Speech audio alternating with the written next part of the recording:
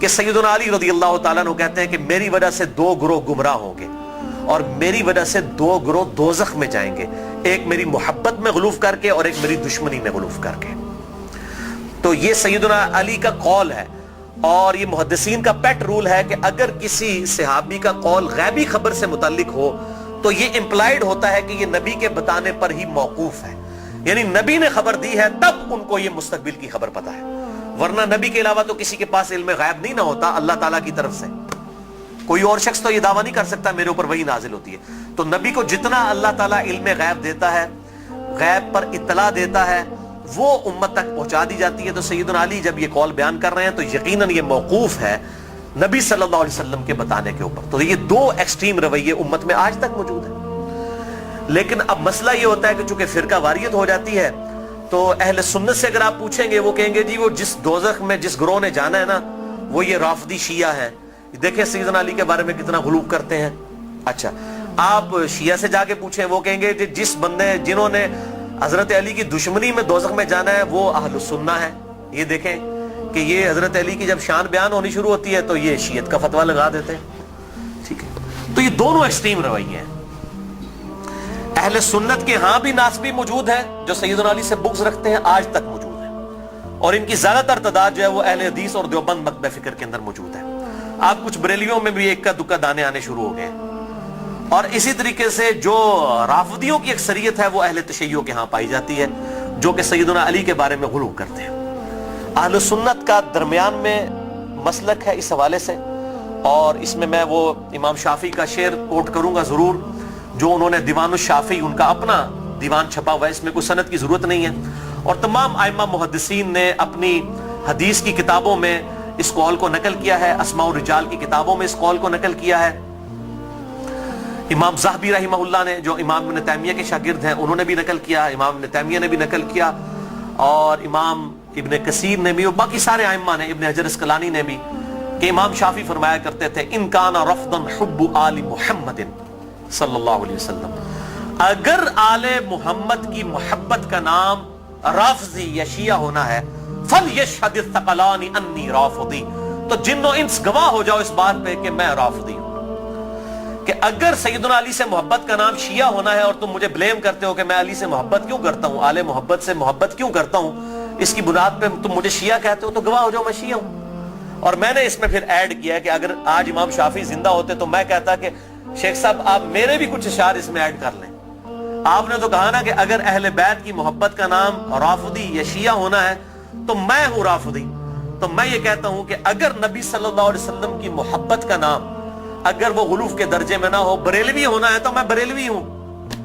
اگر صحابہ کرام سے عقیدت کا نام اگر غلوف کے درجے میں نہ ہو، یہ شرط ہے، ادھر بھی معصومیت نہ کلیم کر دی جائے دیوبند کی طرح، اگر اس کا نام دیوبندی ہونا ہے تو میں دیوبندی ہوں۔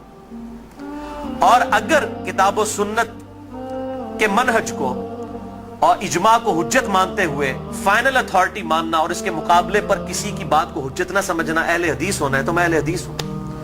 تو یہ صرف ایک سمجھانے کے لیے ایک جملوں کے طور پر ہے، باقی الحمدللہ ہم مسلمان ہیں اور ہمیں اسی پر فخر محسوس کرنا چاہیے۔